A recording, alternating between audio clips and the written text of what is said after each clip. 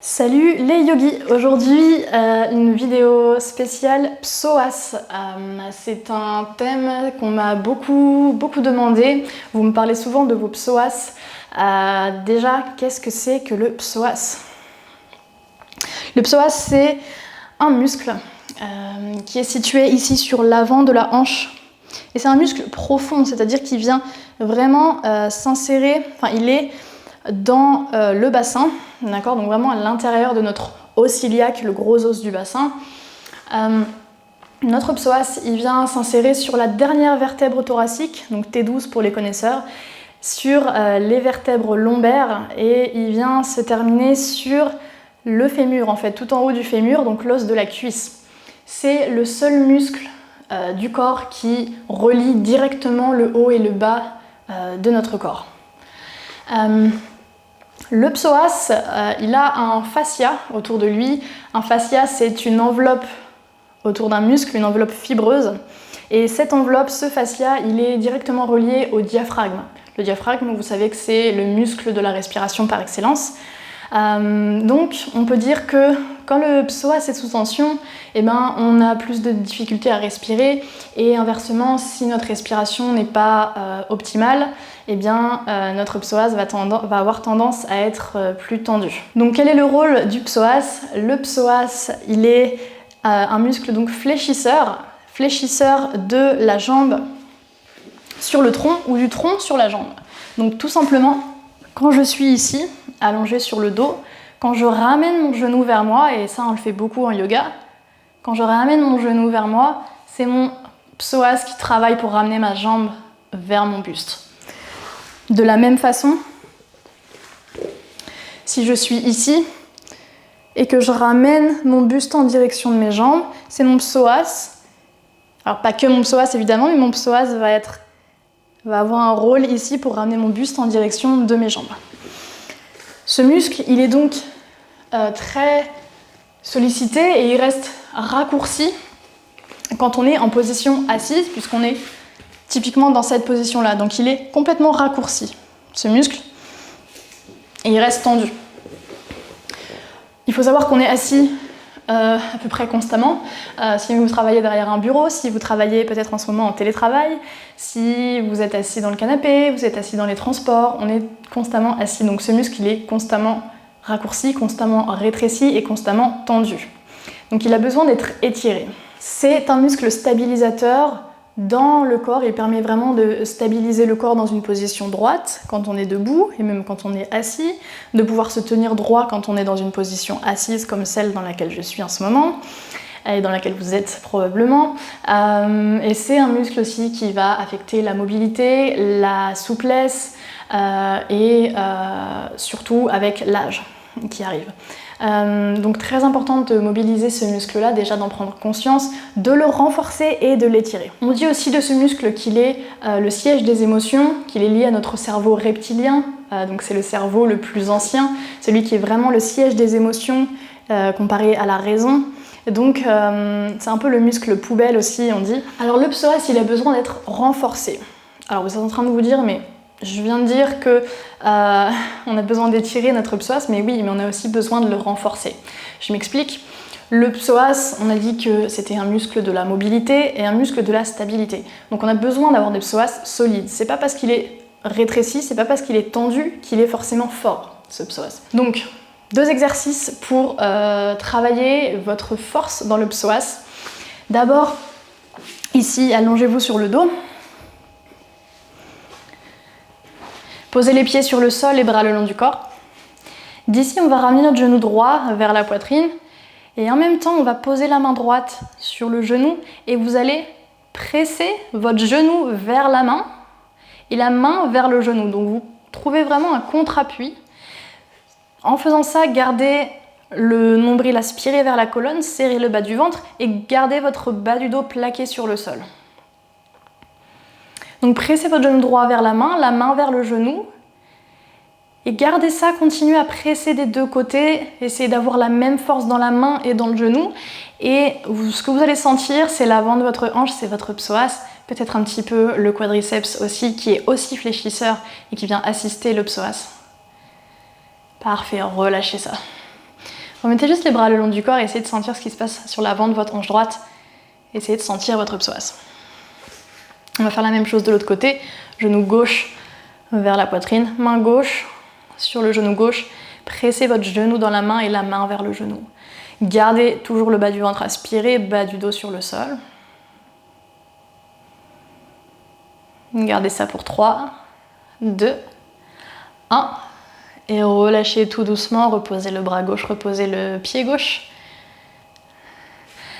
Parfait, revenez vous asseoir pour un deuxième exercice de renforcement de notre psoas. Ici, passez sur les genoux et posez votre pied gauche devant vous. Donc pied gauche devant et reculez votre genou droit derrière. Donc c'est une fente, mais on va trouver de l'engagement dans notre fente. Posez, croisez vos doigts sur la cuisse gauche et d'ici, regardez ce qui se passe au niveau du bassin. On a le bassin vers l'avant. Donc on a le bassin antéversé. Et d'ici, regardez ce qui se passe avec votre bassin. Vous avez le bassin antéversé.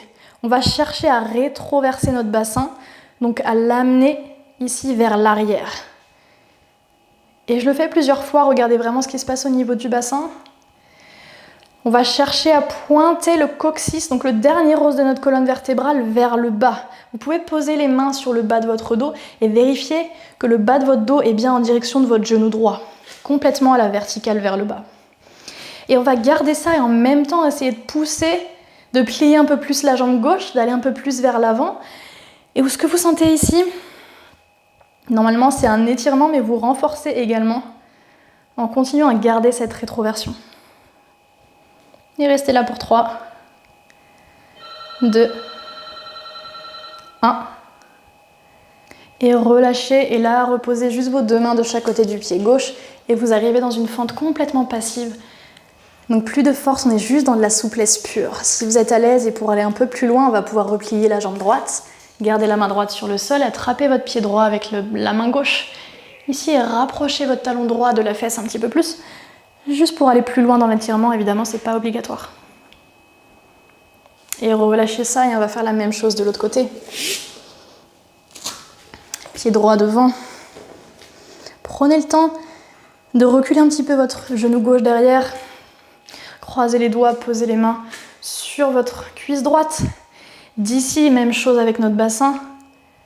Rétroversez, trouvez vraiment votre coccyx en direction de votre genou gauche, en direction du sol. Prenez conscience, déjà il faut prendre conscience de notre bassin, des différents mouvements à faire. Et puis gardez ça et continuez à presser vers l'avant, essayez de rapprocher vos hanches du sol mais en gardant bien cette rétroversion. Et restez pour 3, pour 2, pour 1 et relâchez, repliez dans la jambe droite, les deux mains de chaque côté du pied droit.